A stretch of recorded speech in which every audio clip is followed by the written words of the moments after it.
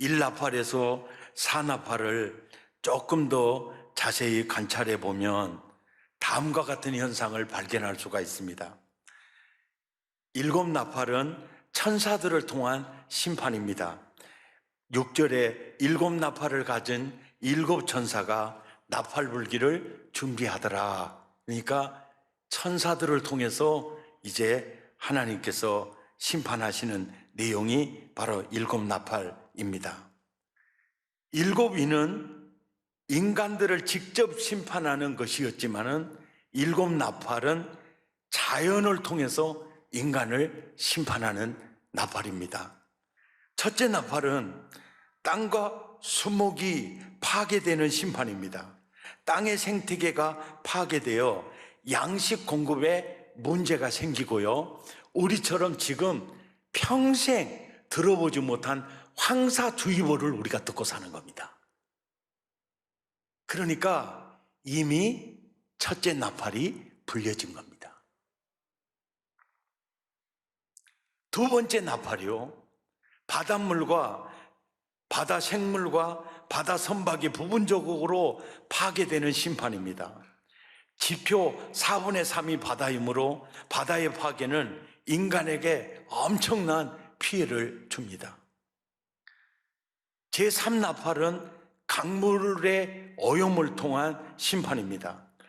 국립지리협회에 의하면 세계 100대 강 중에 길이가 가장 긴 강은요, 브라질의 아마존강이고 약 4,000마일 되고요.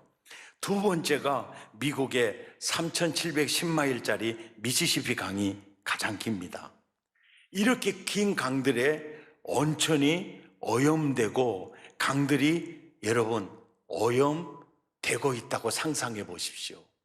그리고 지난번에 뉴스를 보셨을 것입니다만은 이 코로나로 사망자들을 매장도 못하고 화장도 못할 돈이 없으니까 이제 강에 막 버리잖아요.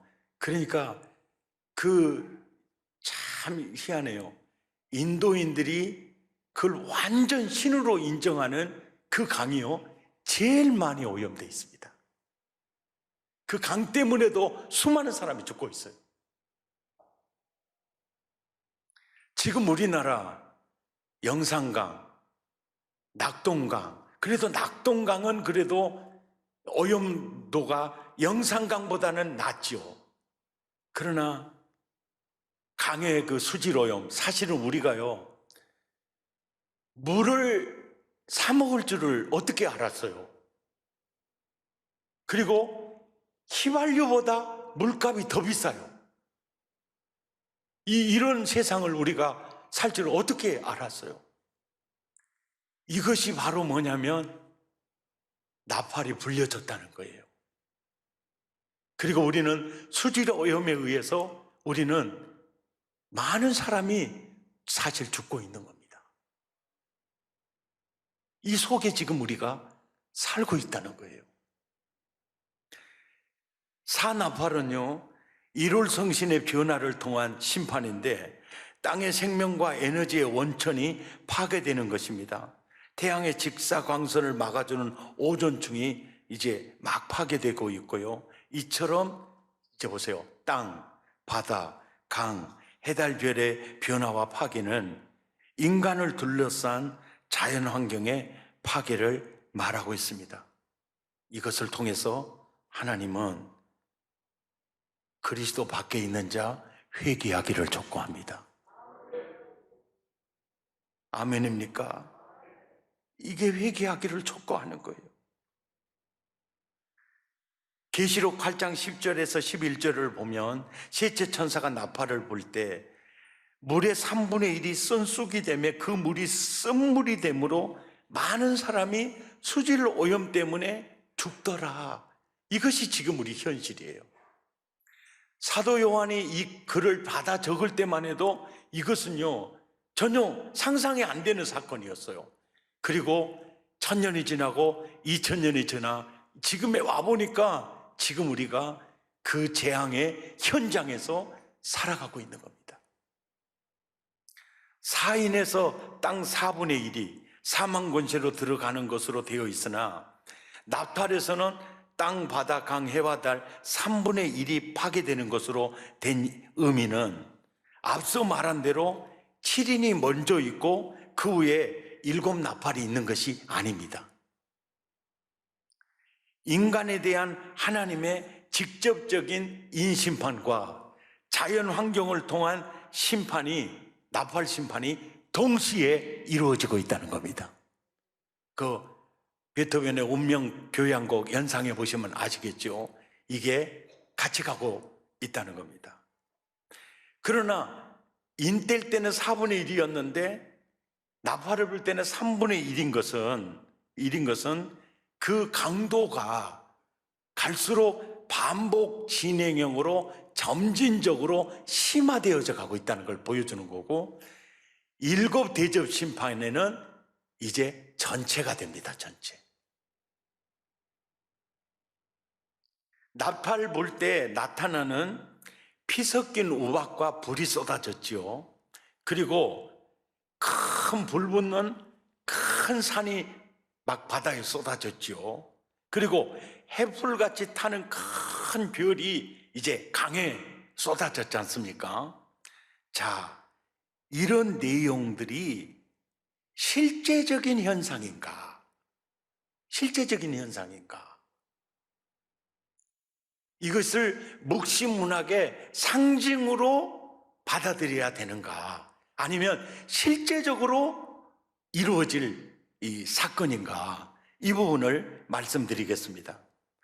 예수님 또 하나님께서 계시를 전달하실 때 정말 실수도 없고 오류도 없어요.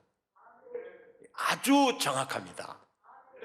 그런데 우리 독자 입장에서 문법을 무시하고 문맥을 무시하고요, 자의적으로 많이 그냥 코에 걸면 코걸이, 귀에 걸면 귀걸이 할 정도로 그렇게 할 위험성이 굉장히 많으니까 그런 위험성을 예수님이요 차단해 주는 부분이 있어요. 차단해 주는 부분이 있습니다.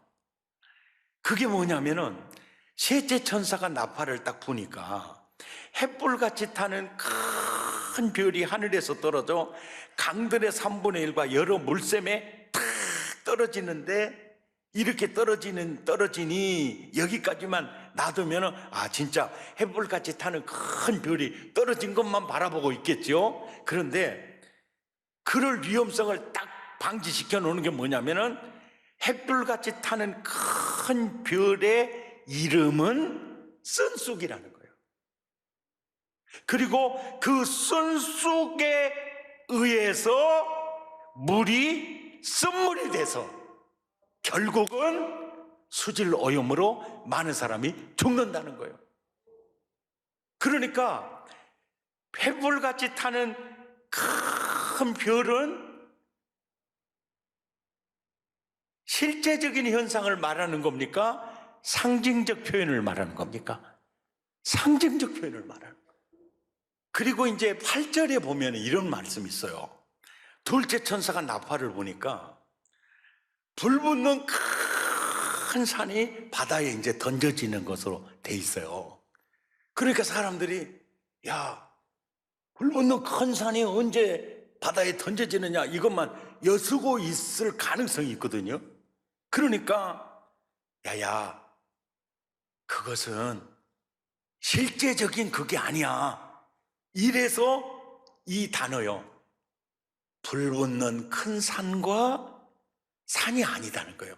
산과 같은 것.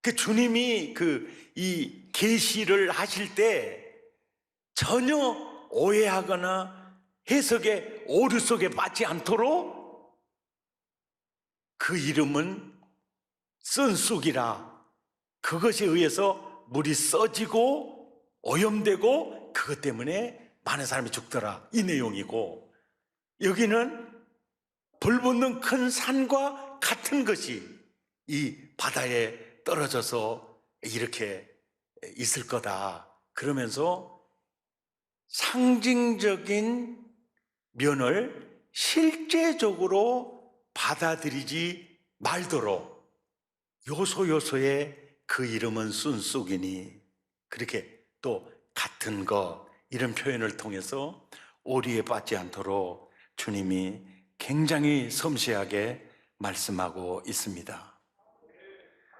이것을 실제적인 것이라고 해석하는 학자들도 있습니다.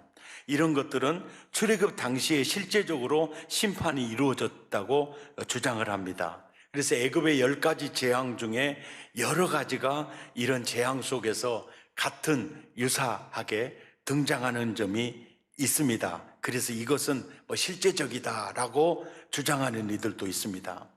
이것이 상징이라는 사실이 중요한 것은요, 이것을 실제로 볼 경우는 이런 현상이 나타날 때까지 기다리는 오류를 범할 수가 있습니다.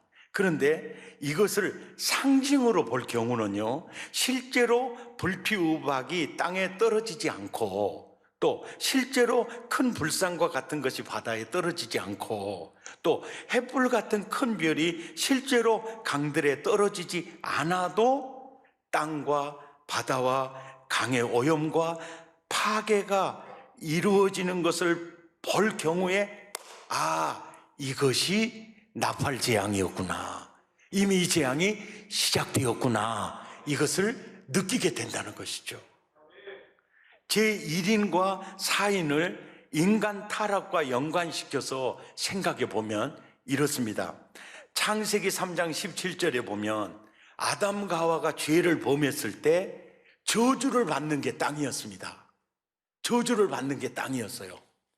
저주를 받는 것이 이제 땅이었습니다.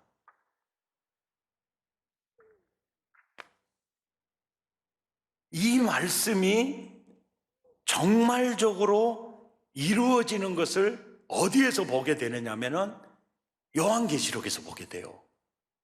그러니까 인간이 아담과 하와가 범죄했을 때 그때 땅이 저주를 받습니다. 그래서 그때부터 자연과 피땀 흘려 싸워야만이 먹고 살게 돼 있었어요. 그러니까 인간이 죄 속에 들어가는 순간부터, 그때부터 땅이 이 저주를 받아서 환경과 씨름하지 않으면 먹고 살 수 없는 인생이 되었어요. 그런데 이제 요한계시록에 보면요, 땅은 너로 말미암아 저주를 받아 평생 자연환경과 인간이 싸우면서 살았는데 이제 구원이 온전히 완성되어져 가는 그 시점을 가까이 오면 올수록 이제 뭡니까? 땅, 바다, 강, 해와 달, 별들에게 이제 진노가 쏟아지면서 이제 그 창세기 3장 17절에서 쏟아진 저주가 점진적으로 이제 증폭되어져 가는 것을 볼 수 있어요. 그러니까 성경을 이렇게 보면, 계시록 8장을 보면서도 우리는 요한계시록 안에서 이 위치를 봐야 하고, 통전적으로 지금 계시가 어떻게 발전되어져 가서 우리에게 말씀하는가, 이걸 봐야 되고, 경매 창세기부터 요한계시록까지를 통전적으로 쫙 보면서 지금 저주가, 하나님의 심판이, 또 하나님의 구원이 어떻게 점진적으로 완성되어져 가는가, 이 눈을 이렇게 볼 수 있도록 성경 전체가 구성이 되어 있다는 거예요. 다섯째 나팔과 여섯째 나팔, 그리고 일곱째 나팔을 이제 오늘 본문 마지막 절이요, 13절에 어떻게 말하느냐면은, 내가 또 보고 들으니 공중에 날아가는 독수리가 큰 소리로 이르되 땅에 사는 자들에게 이렇게 얘기한 거예요. 화가 있으리니 이는 새 천사들이 불어야 할 나팔 몇 개가, 3개가 남아있다. 그러면서 여기서는 시리즈로 말을 합니까? 따로따로 말을 합니까? 따로따로 말하고 있죠. 그래서 다음부터 따로따로 설교할 겁니다. 무슨 얘기인지 아시겠죠? 아멘.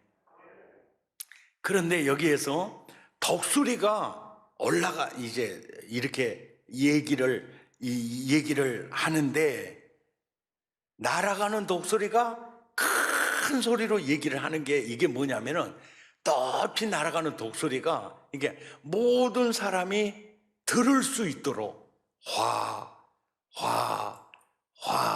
이 얘기가 뭡니까? 회개하라, 회개하라, 회개하라, 때가 가까이 오고 있다, 회개하라. 이것을 촉구하기 위해서, 거두기 위해서가 아니고 회개하라, 회개하라. 아멘. 그리고 이제 일나팔에서 사나팔까지가 자연의 재앙이 쏟아지잖아요. 그것은 인간을 향한 간접 심판이에요. 그런데 환경에 대한 심판은 심판 그 자체가 목적이 아닙니다. 인간 구원을 위한 사랑이죠, 사랑. 아멘. 나팔 심판을 통해서 불신자들로 하여금 하나님을 거역한 죄에서 회개하고 구원받기를 원하는 이런 그 마음이죠.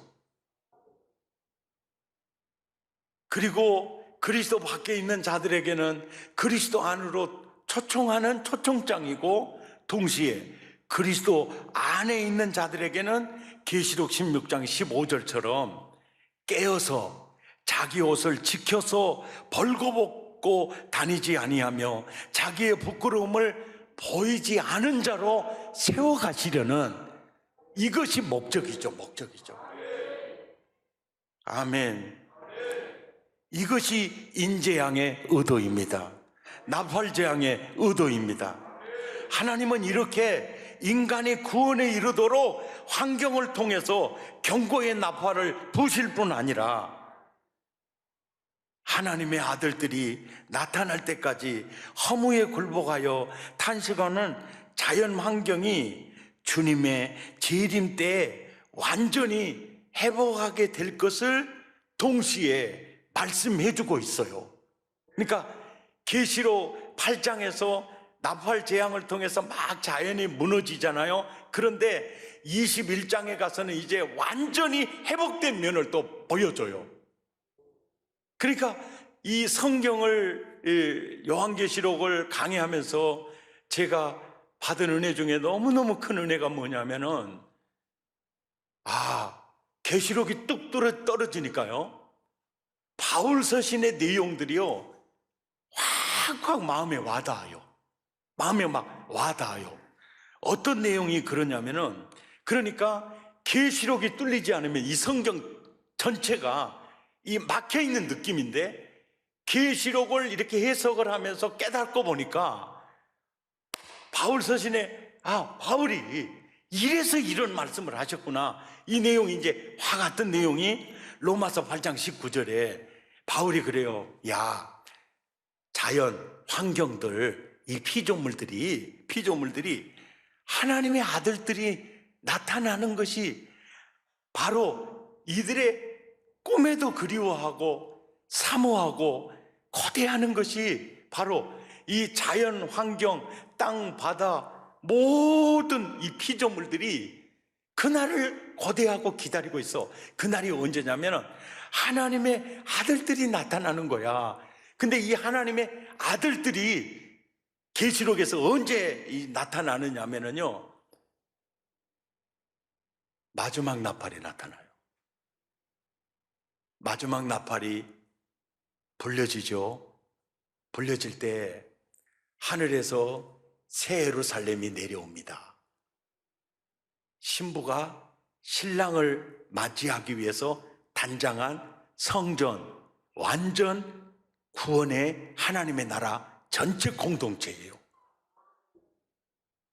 그래 이렇게 표현합니다. 이들은 어린 양의 아내, 신부, 뭡니까? 하나님의 아들들이요. 그 아들들이 나타나.